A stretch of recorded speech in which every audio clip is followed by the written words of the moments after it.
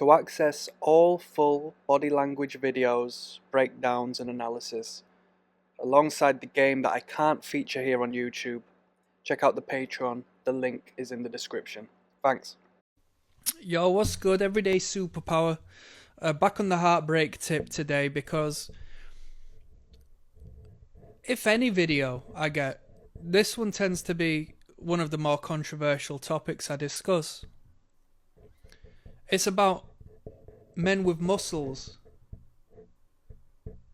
and the delusion that growing big muscles and being a bodybuilder is going to attract women.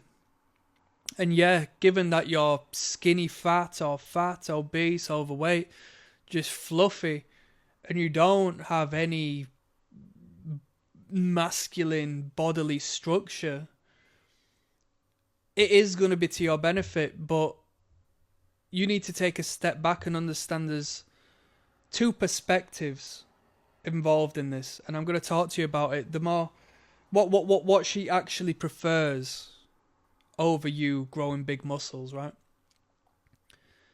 There's two perspectives. There's the male gaze, not the male homosexuals, don't get excited. There's the male gaze, as in perspective, and there's the female gaze, right? We have two different brains.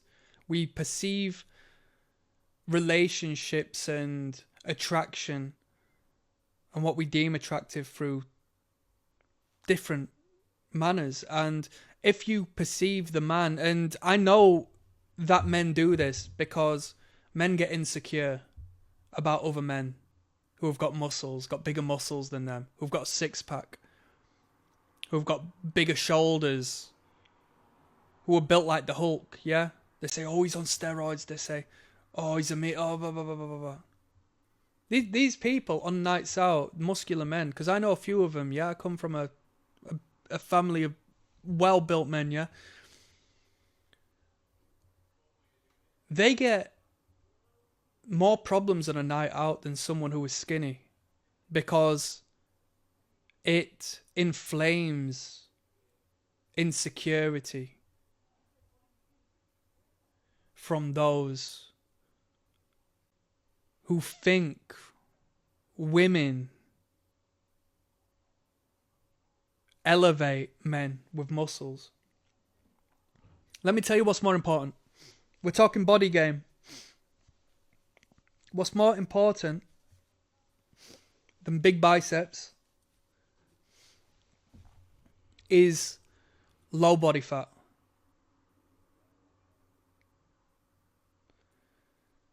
The media knows this. The advertisements know this.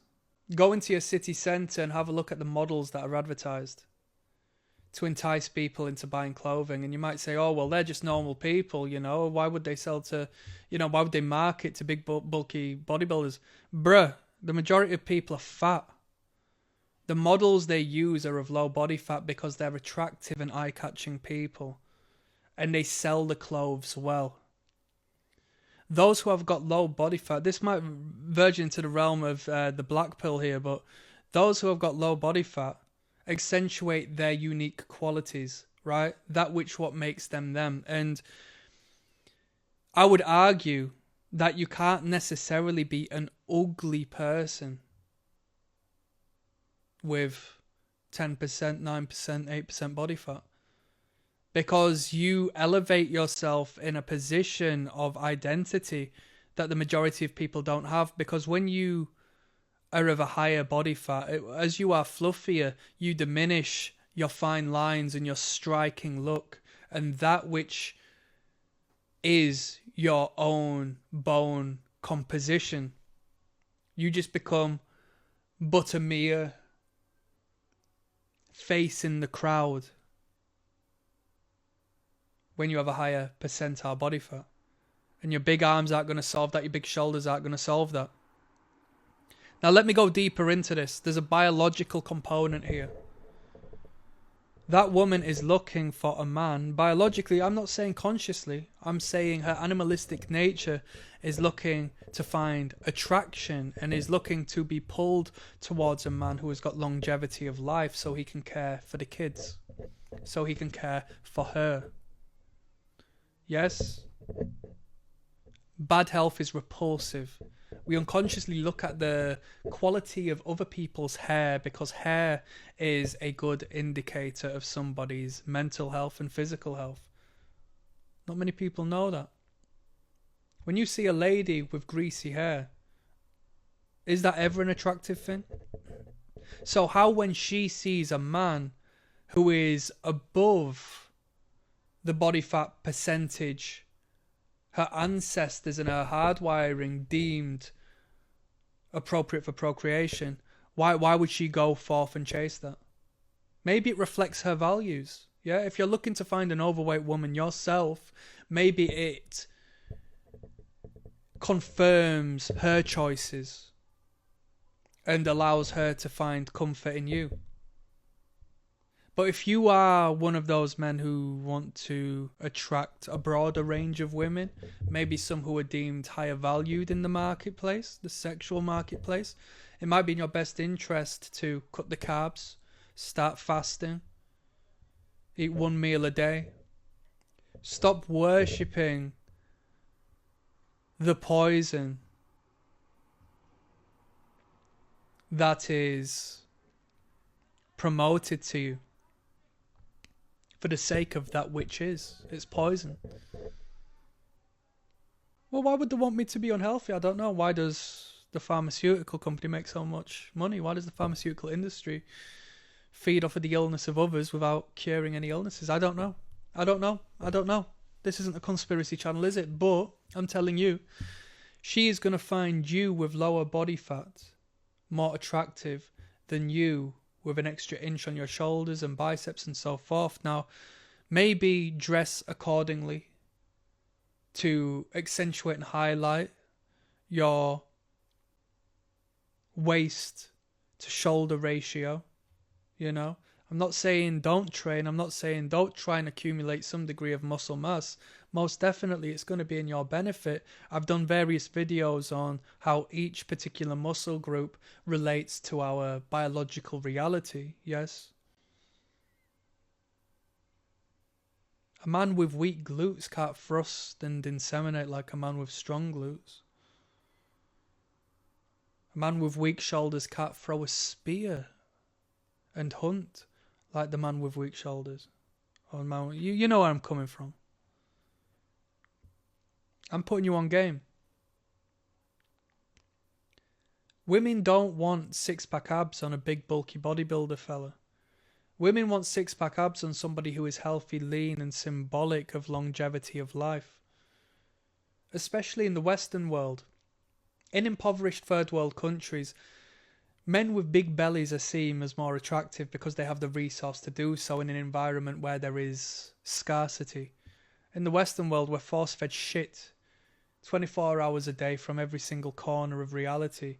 And when we showcase that we can take our own path and find independence and be healthy in a world that tells us not to be healthy and influences us not to be healthy, and through her pattern recognition she acknowledges that most people are not healthy, 98% of people are not healthy. When you are seen out of her peripheral vision, showcasing the silhouette, the bone structure, the lower body fat percentage without being malnourished,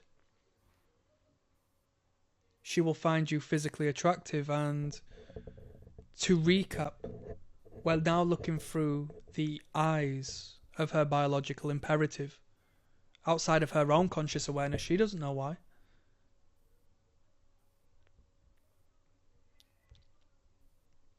Do you think these clothing companies spend so much on advertisement if it didn't work?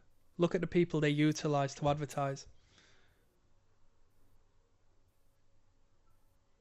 I'm signing out. That's some game. Click like and subscribe. Peace. Hello, Everyday Superpower, where we talk body language, relationships, game, everything in between. Biological chemistry. With an esoteric and spiritual twist. Alchemy was a practice and a philosophy that came before the science we know as chemistry.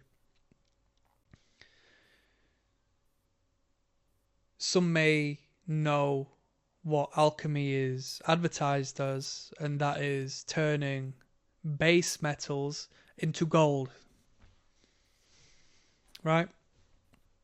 The transmutation of energy. If anybody has read Think and Grow Rich by Napoleon Hill, there's an entire section based on sexual transmutation, essentially semen retention and redirecting the energy of your life source into a more productive expression. If you want to be somebody and you have a sex drive and you are a man and you like women, hell, this would even work if you like men, doesn't matter. You can go for a walk through your city centre, through your village, through your country, and you can transmute the sexual energy you garner through seeing, engaging, observing women you deem attractive into a force that allows you to propel in your creativity, in your work life, in your inspiration and motivation. I'm not saying you go around and you stare at people. It's a bit odd, but just as she acknowledges you, you acknowledge her. It's not to be recommended, but I saw a video where they ran, it was a humorous video, but they did run a scientific test of looking at pornographic images in between sets at the gym. Yeah? And they found that the man performed better as the testosterone, albeit momentarily, elevated. And when you hear of people in the gym, if not yourself, who put a couple more weights on, who perform a little better purely because there are good-looking women around, you'll find this is also common. When you retain your seed, as opposed to expelling that energy, you can utilize and weaponize and redirect that towards your purpose, towards establishing a momentum where that woman who you deem attractive, who won't give you a second look, will find you attractive down the line, because you have not fallen in submittance, but you have actually utilized the dynamic between you to influence and motivate you to go and do more with yourself. They give you pornography for free, so when you experience this, you go home and you relieve yourself and you still transmute that energy, but to the witchcraft that the witch there on that screen is performing, transmuting your energy into financial gain or something or other alike. When the man engages in intercourse with the woman, he relieves himself of his energy, whereas she feels energized. There is a polarity. We are batteries, right? Pay attention. Your battery is full and you only energize it by seeing this woman you are biologically attracted to. As you are safe, you are not thinking about food because you've got no money and you're starving and you're about to die. Then you wouldn't be perceiving her as such. You've ticked the first box of the law of nature, and that is self-preservation. You're alive and you're comfortable enough to perceive her as attractive, and your brain telling you that she's attractive is because you have a pull, and that pull is the second law, which is the law of procreation. This is some game. So you take that pull towards her and you reapply that energy and redirect it elsewhere and say, I'm going to get you one day, or I wish that you would perceive me as I perceive you. And you say, I'm going to take this energy I've been energized with and put it into my work, put it into my craft, instead of expelling it. Alchemize the energy of the women around you. Have you seen the Star of David? Yeah, on the Israeli flag. 2 triangles overlapping. One's up, one's down, right? Duality. There's 2 triangles there. It's not a star, a 6-pointed star, as much as it is 2 separate triangles. The man has the penis upon the top and 2 testicles. Upwards is fire, the alchemical symbol of fire. Pointing downwards, the triangle represents the vulva and the I need to take a class. What have we got? The 2 ovaries. When they come together, they create the star. Downwards is water. Upwards is fire. Duality. Magnetic, attraction and repulsion. Left and right, up and down, the sun and the moon.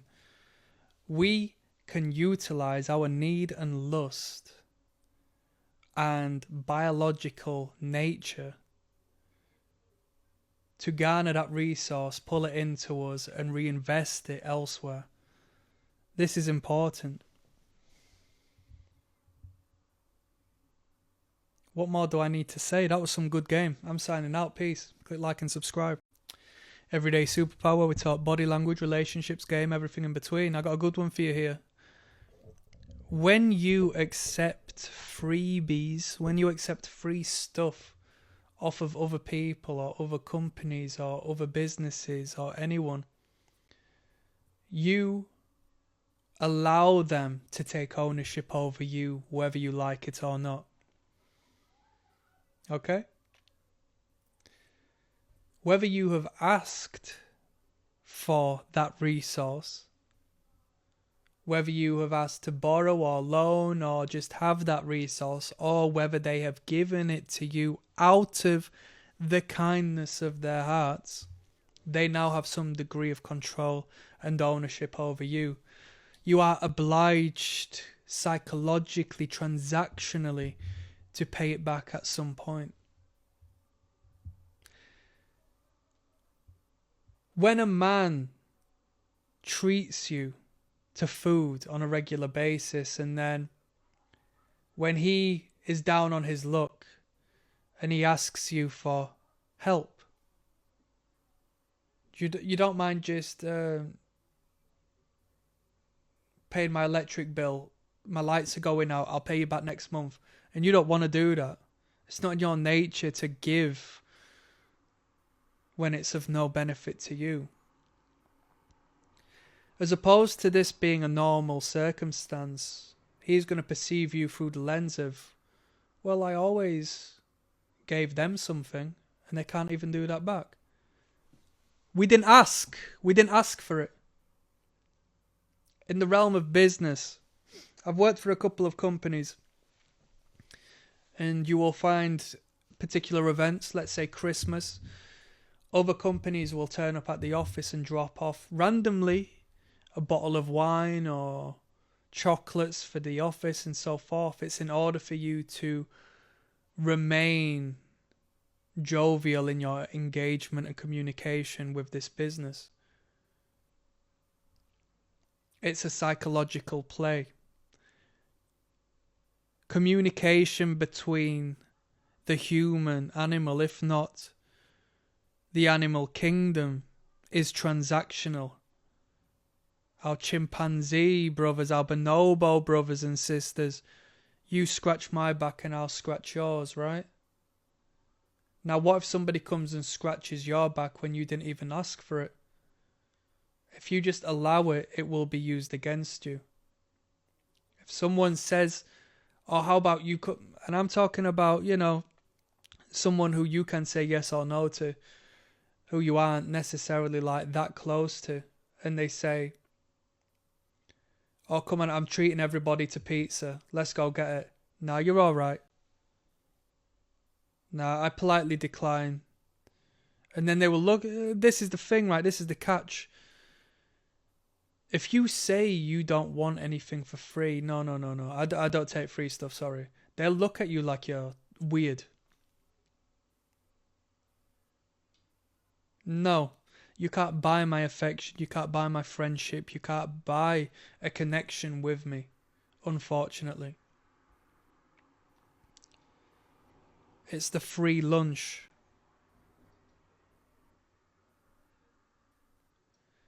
If I'm trying to establish a business relationship with you and I take you out for lunch, and I say, don't worry, it's all on me, it's all on me, there's going to be a psychological pull for you to pay back.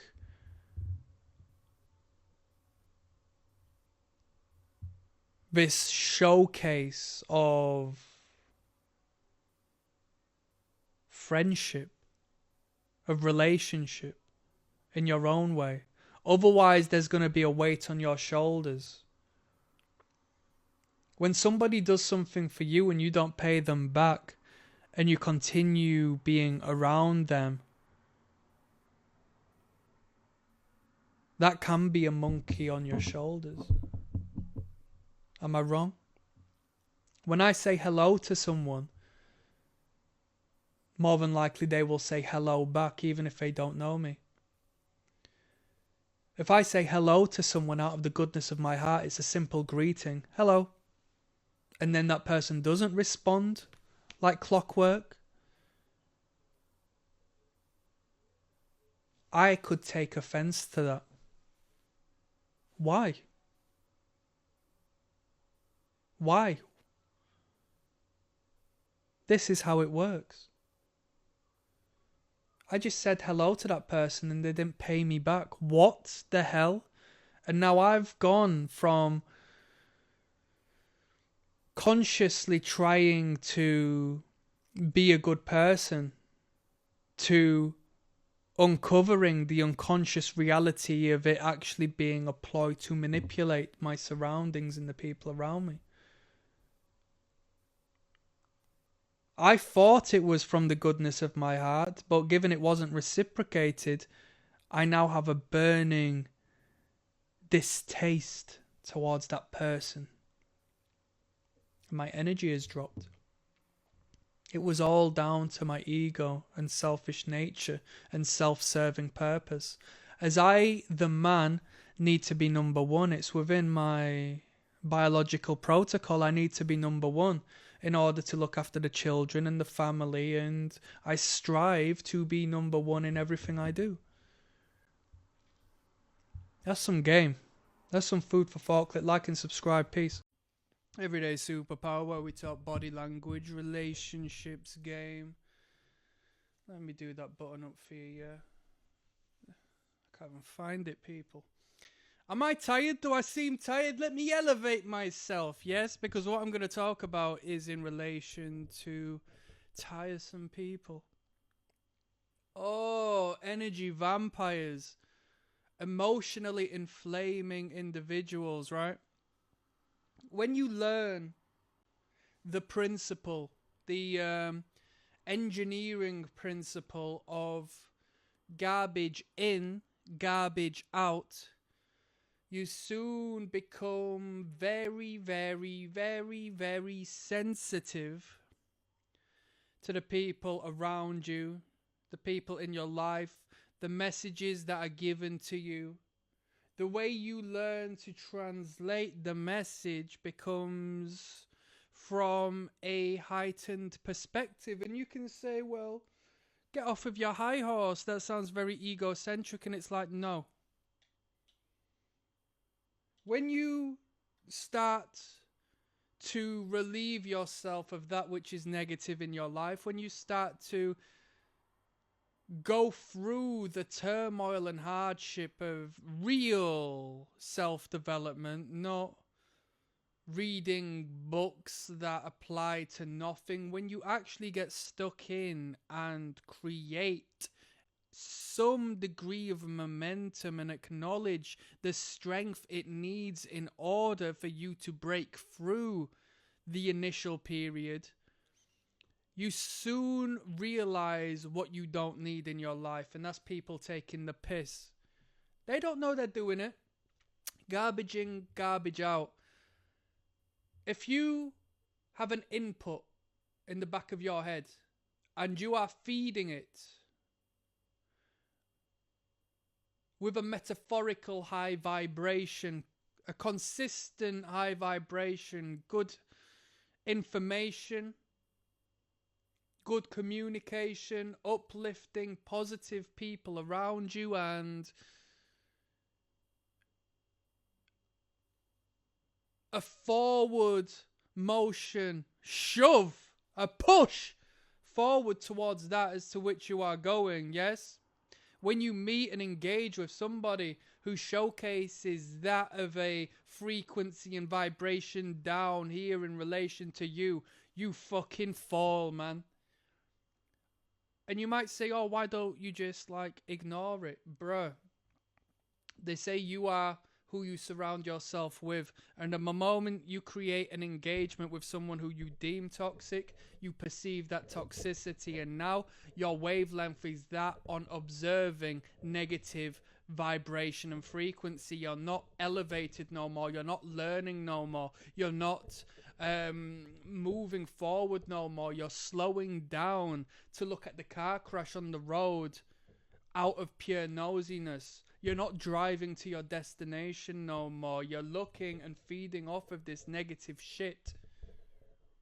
When I pass a homeless man in the street, I look him in his eye, acknowledge him, make him feel seen, and I say, sorry mate, I've got no change. Sorry boss, I've got no change. Right out of the kindness of my heart, because I know this man is deemed invisible to the general populace who walk by him. But in engaging with him, by default, I am now turning down a charitable act. I am now acknowledging that life is hard enough as it is without throwing your money to each and every person. I am now involved, albeit momentarily, but I am now existing in this lower denominator space that I wasn't in prior. This is how it works. When you acknowledge your worth, not through a delusion, but through a competence, when you remove that in your surroundings that you deem poisonous, toxic, detractors of the quality of your life, when you, by chance or by necessity, become involved with an individual or group that takes you back down there, takes you back to a place you once acknowledged, that you were once parallel with, it's incredibly triggering. It's incredibly triggering. There are some people out there you engage with, and they mean no harm. And as you look into yourself and look at the world around you and apply yourself correctly and find purpose and meaning and elevate yourself and your perspective upon the land that exists there before you to ensure you are a step ahead and you can do a great job and do what you need to do whilst you're here, right?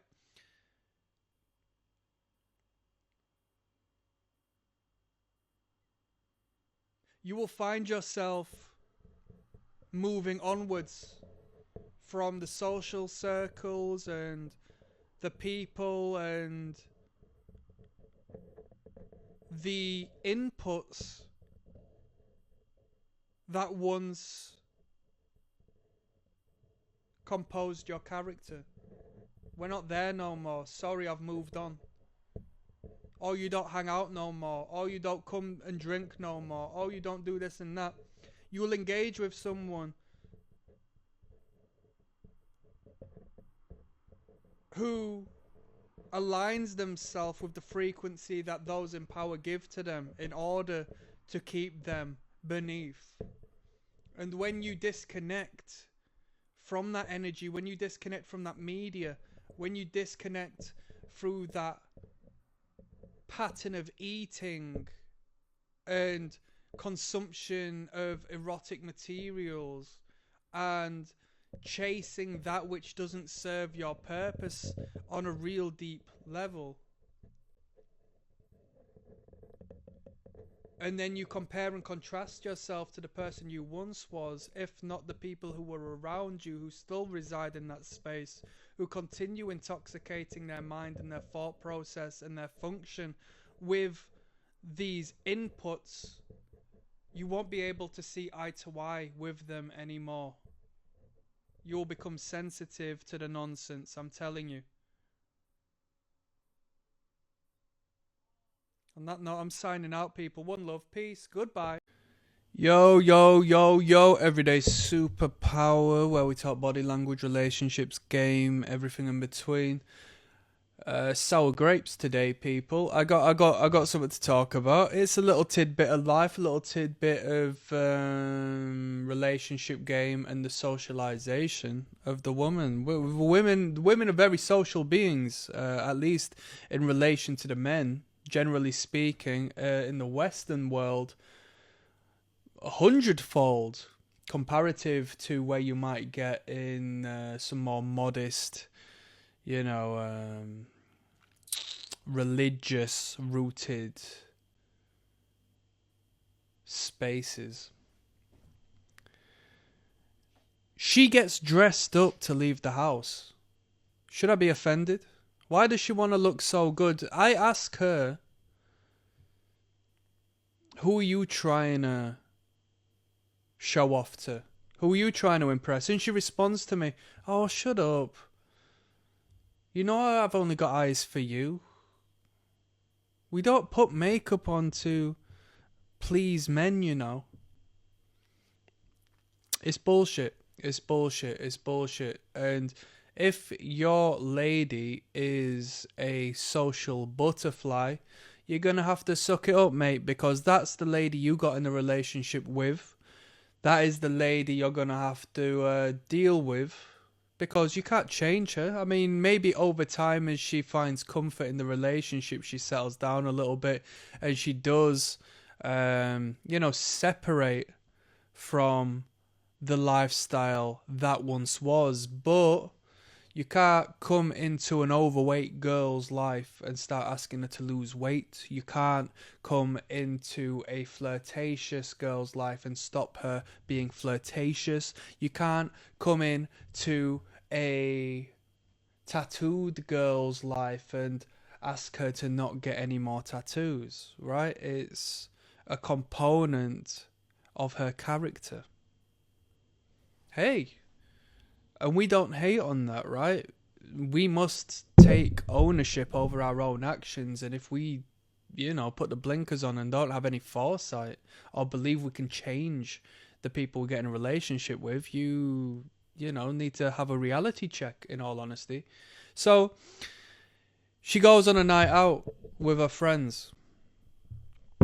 Maybe she does it every weekend, right? I mean, you should be trying to find some time to do something with her at the weekend as opposed to her going out with her friends all the time. But I guess each to their own. Everyone's got their own relationship.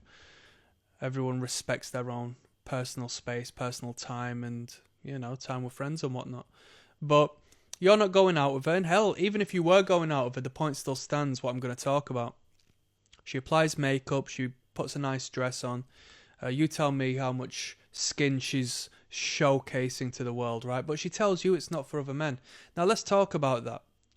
Because consciously, rationally, logically, she might apply it in a sense that she is just one of the girls.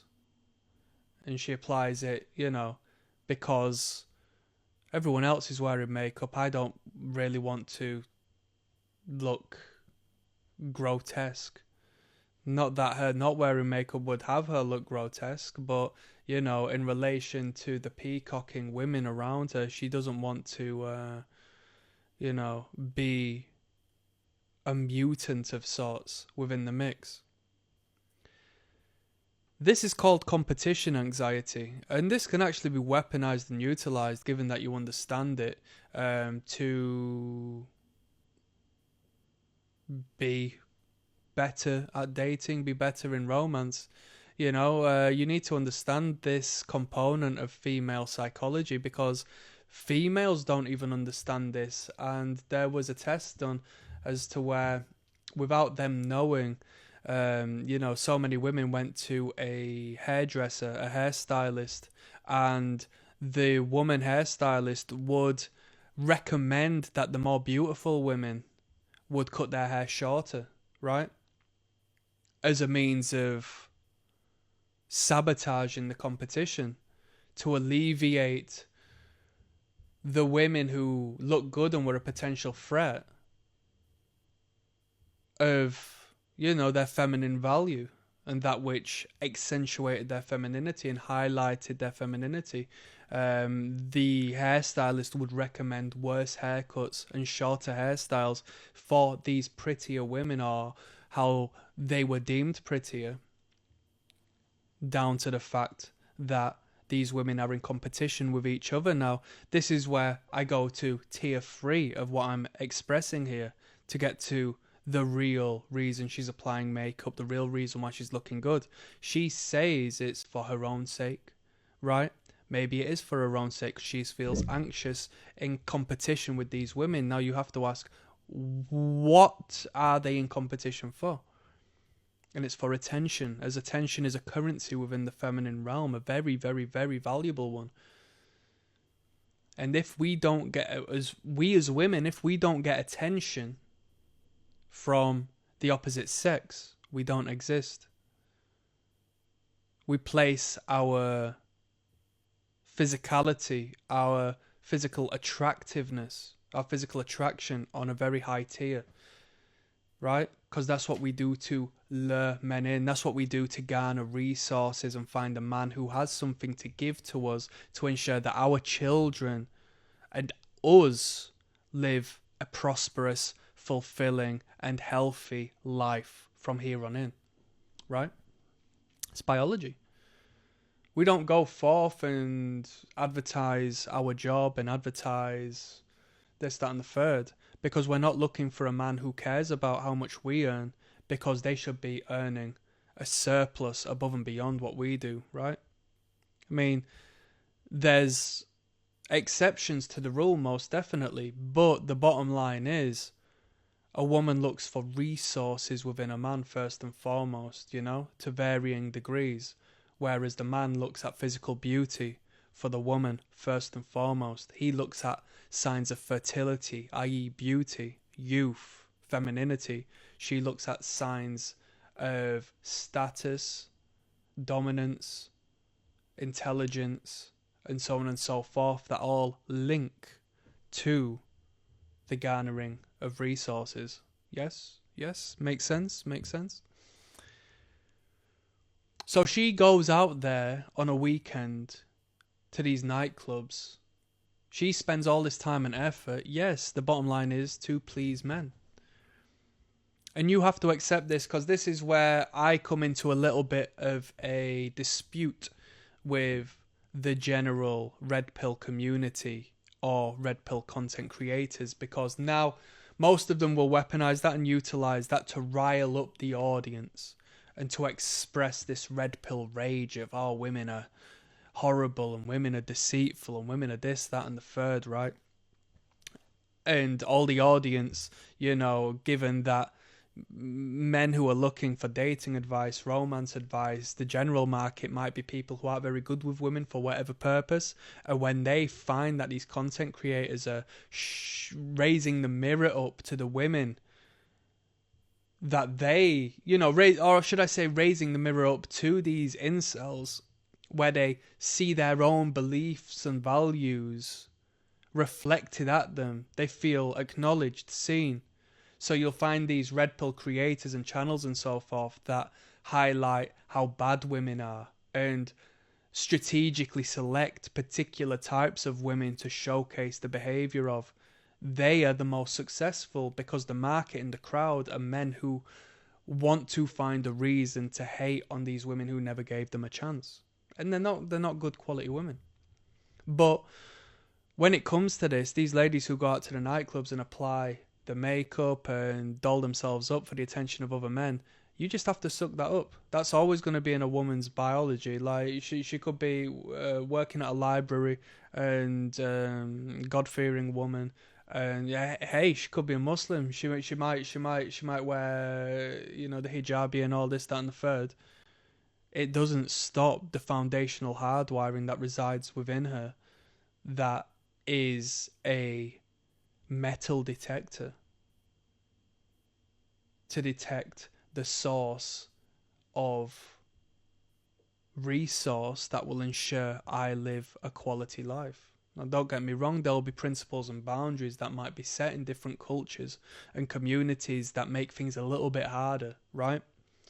But that doesn't stop the fact that this protocol still resides within the unconscious of these creatures, and you should accept it, acknowledge it. And when she goes out looking that way, it's not in your best interest to say, oh, you're trying to oppress anyone, oh, you're trying to blah blah, because she's going to look at you and she's going to be very well aware, even on an unconscious basis, that it makes you insecure. And that's not a good look to have. You just have to soak it up, think this is the woman I got in a relationship with. The fact that I don't care is in my favor. She sees that, she identifies that, she perceives me as someone who is valuable purely because I can take her or leave her. If she decides to misbehave, hey, I will move on. I will continue doing my thing. That's what she wants in a man. And that man she meets on the night out who's got a nice Rolex on his wrist, right, that you can't afford, it doesn't matter, because you're going to see him, she's going to see the material value, and then maybe if there's any degree of engagement between them, she will see a showcase of behavior, character, personality that doesn't align with the same caliber as yours. Because she'll think back to you being okay with her being out there, not being insecure about what she does and where she goes and so forth. So that's the best circumstance about it. Me personally, I'm a very introverted person, so like the idea of being so involved with such an extroverted individual who engages with so many people, that's the idea of that's stressful for me. Not stressful through the realms of insecurity, but stressful just like I don't want noise in my life. I like quiet, I like peace. So I wouldn't do that. If she's going out on a weekend, it's with me, that's it, plain and simple. If she's seeing her friends, yeah, she can go see her friends, but I don't want her to be a social butterfly going and making new friends each and every day as a grown woman. That's too much.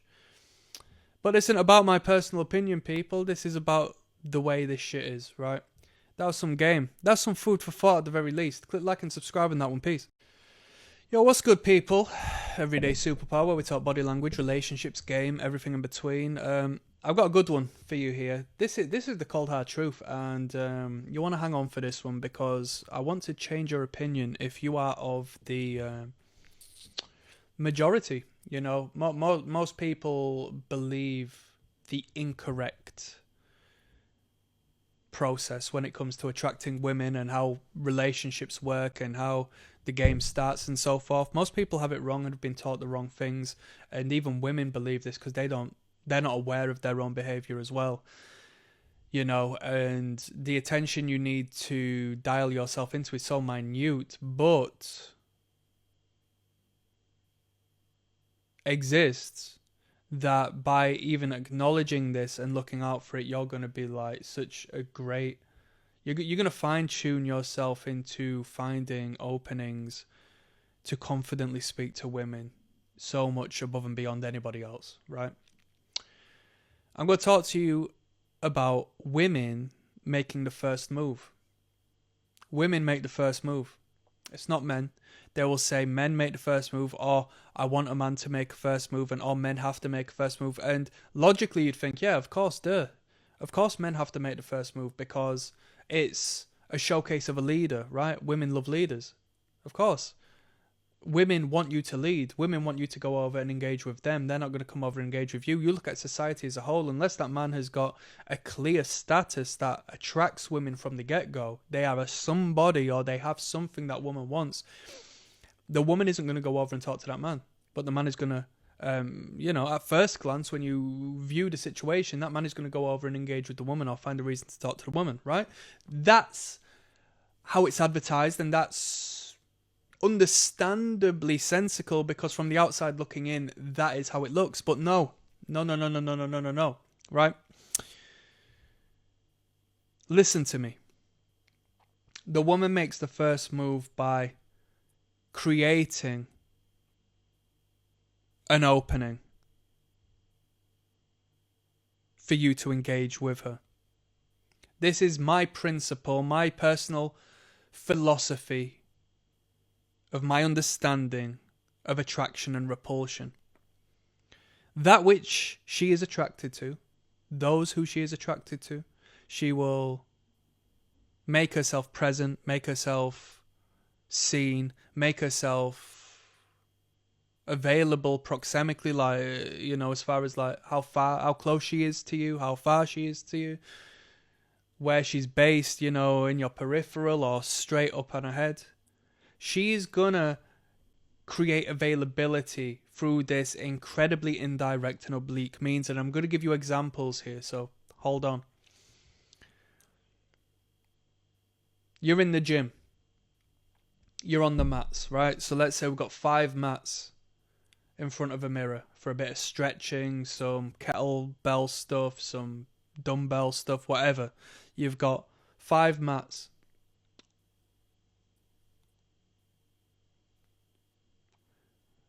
You're on the end mat, right? There's 2 women on mat 1 and 2, and you're on mat number 5, right? So there's 2 free mats there, mat 3 and mat 4. A woman comes to join in, do a bit of exercise, do a bit of warming up. She chooses mat number 4. This isn't by chance. When you as a man go to a urinal, you assess where you're going to go. It's political. There is an awareness of where you're going and why you're going in a particular place. Women are the weaker sex, physically speaking, right? There is a survival mechanism that exists within the woman that creates a barrier when you initially start to engage, because she doesn't know whether you're a potential threat or not, right? You could physically harm her. Men physically harm women, right? That is a thing. Some weirdos out there, we can't help that. They give us a bad rep. And not only do they give us a bad rep, quite simply, if there was no idiots going around hurting women physically, we still have the potential to do so. So why is she going to go out of her way to put herself in harm's way with a stranger she doesn't know? She's assessed her surroundings. She's seen 2 women at that side, taking number 1, number 2. She could join them women, right? Instead, she chooses mat number 4. She just does her thing. Gets on with it, does her exercises, you do your exercises. Of course, you've acknowledged each other because you have acknowledged her purely down to the fact that a stranger has just come and stood beside you. You need to be aware of your settings. You're already aware of the other 2 women. Like, they're all the way over there, but you're still aware of them because we have our own survival mechanisms. We're not just going to walk into a space and just ignore everyone in there. That's an easy way to get flipping killed, right? To put a long story short and be blunt about it. There's a survival mechanism, an animalistic motor in our brain, which is like, right, we need to pay attention to movement, and we need to pay attention to that which resides in our space. We need to pay attention to how close that is, because that might be triggering to us. When someone's too close, we might think, whoa, I need to back off away from that. Do you know when someone gets too close to you, you step back, right? So she's assessed the situation, and for some strange reason, she's chosen to be beside you. Now, don't get me wrong, those two ladies over there might be two girls who bullied her in high school, right? So I'm not saying it's the be all and end all, but within reason, she has made some degree of availability to you. She is now present, right? Whereas she could have looked at the two bullies, thought, I'm not going there, and I don't really want to stand next to that weird guy. He's weird. He's repulsive, not attractive. He's repulsive. I'm repulsed. So I'm not actually going to be in this space whatsoever, right? I'm not forced to go and do this warm-up with these mats. If I don't feel comfortable doing it, why would I do it, right? Come on, common sense, right? We don't do that as men. If we feel uncomfortable going somewhere, what's the point? So she's made herself present. Such as when you're going anywhere in the gym, just acknowledge who's around you and why they're around you. Is there a reason for them to be around? And the bottom line is, there's acknowledgement of your presence. That person hasn't started doing squats in the squat rack when you're doing flipping barbell rows in the rack beside without acknowledging your existence first and foremost, because otherwise she would have just walked into you because she's not seen you. You know what I mean? She might have taken that rack. Oh, that's the rack I normally go. Blah, blah, blah, walk straight into you. No, she hadn't done that because she's acknowledged that you exist on planet Earth within her same plane. So she's gone to the next squat rack and she's done her thing. Not repulsed, but attracted.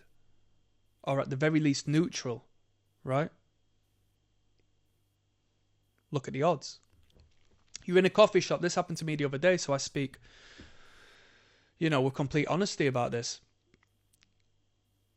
I go to the shop, do a little bit of reading, have a bit of fresh air. The sun's been out. It's been nice. I thought, why instead of just being stuck inside all day, let's do a little bit of reading. Let's go to the coffee shop. You go to the coffee shop, doing a little bit of reading. Your eyes aren't darting around the room, which is hard to do. When you want to garner attention or see what people are doing or see if anyone's looking your way, it's easy to have a look around and be that. But people pay attention to that and think, whoa, I don't want to engage with that dude who's just like looking around the shop. We don't want to be doing that. But when you get stuck into a book and whatnot, people find fascination in you. Just like, well, what's he reading? What's he doing? Who is that person? That person isn't desperate for attention. I'm going to give him attention. You see, you flip the switch. There is a duality, yes, of this energy. There's a yin and yang to this. I raised my head from the book, yeah? Plenty of places to sit. There's a lady just staring at her phone with a cup of coffee beside. Literally, straight ahead, facing me. Yeah? You'll find this in crowds of people. Yeah? You're waiting for a train. You are just standing within a crowd of people. You're chatting to someone, blah, blah, blah, blah, garnering a bit of attention potentially just due to your movements and your comfort, and you're not acknowledging the world around you. And then you just happen to look forward, and straight forward, there's a woman. Potentially not looking at you straight in the eyes. I mean, if so, that's a clue in itself, which should be bold as day, but she's just present ahead of you. This is the woman making the first move because she is in understanding and she is aware of who is around her, especially men, because she needs to be sure that she's not putting herself in a life-threatening position. If she is to some degree on the slightest little bit non-verbally present, that's a subconscious process that is making herself present in your space. And now this is the thing. That is where you as a man go up and you say hello. When she's on the mat beside you, bloody hell, you got a pair of biceps on you, do you compete? When you're in the coffee shop, you know what I mean? You might walk by and just, if she was reading, I'm a reader myself, I was just curious as to what you're reading. Like, what, really? Blah, blah, blah. You start speaking over mutual agreements. You start creating a connection. I am you, you are me. We are the masculine and feminine mirror. Let's come together and let me stick my dick in you, right? Bada bing, bada boom. If her back was turned to you, if you're at the train station and her back was turned to you, if she was slanted adjacent with her back halfway turned to you, she was talking to her friends, if her feet are directly pointing at her friend's feet because they're completely locked in, it's not going to create a good circumstance for you to go over and introduce yourself. That's when you're going to get shot down. That's when you're going to get the whole, oh, I've got a boyfriend thing. That's when you're going to get all these different excuses. But this might exist outside of the conscious awareness of this woman. Yeah, she's picked up on you that you are there. Because, of course, when she's come into the space, she's had a look around to ensure she knows what's going on. But she's chosen that potentially for a reason outside of her conscious awareness. Oh, you know, I'll just sit here. And do you know why she'll just sit there? Do you know why she'll just go there? Because she's not threatened, right? If it created a potential to engage with somebody threatening, she wouldn't have done that. So she's not threatened by your presence. And most alpha, well, I say most, not most. Some people who get the whole alpha and dominance thing like confused might think, well, I want to be threatening and blah, blah, blah. Nah, you don't. There's levels to it, right? Which we're not going to get into on this video.